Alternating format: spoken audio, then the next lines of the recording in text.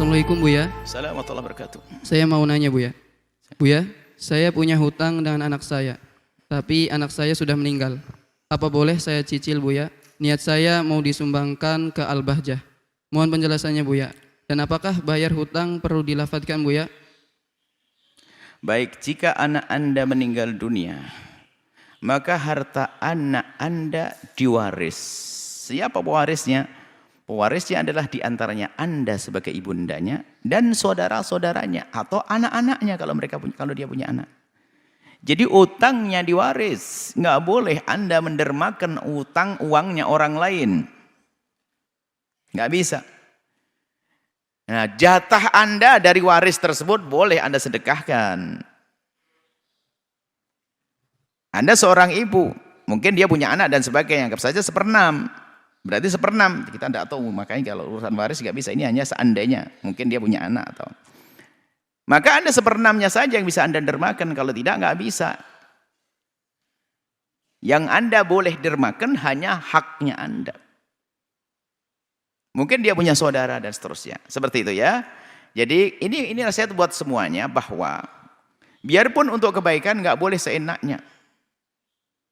Biasanya ini orang yang paling tua ngatur, bahasanya apa?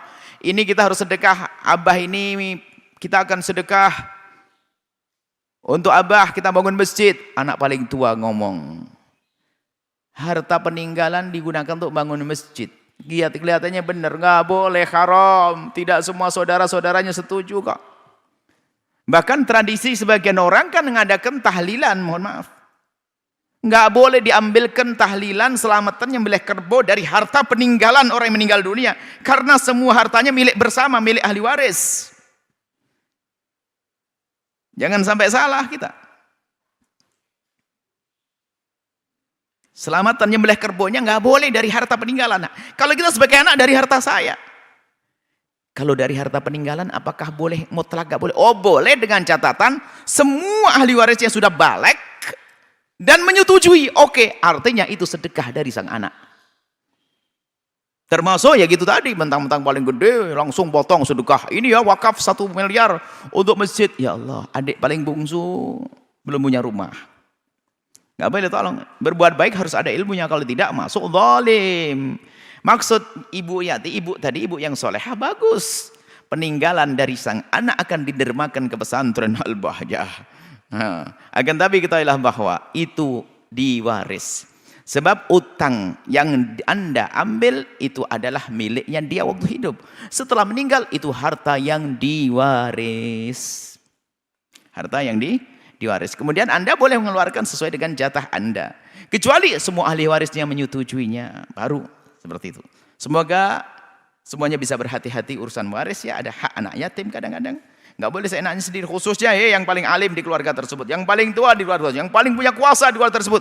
Nggak boleh Anda seenaknya mengeluarkan harta waris. Harus ada aturannya. Dan aturannya pun dibagi pun kan setelah 5 hal. Setelah hutang kepada Allah, mungkin pernah wajib haji, punya nadar, punya kafarah, kemudian hutang kepada manusia, kemudian setelah itu urusan zakatnya, kemudian yang keempat adalah wasiatnya, kemudian yang kelima adalah urusan pembiayaan perawatan jenazah.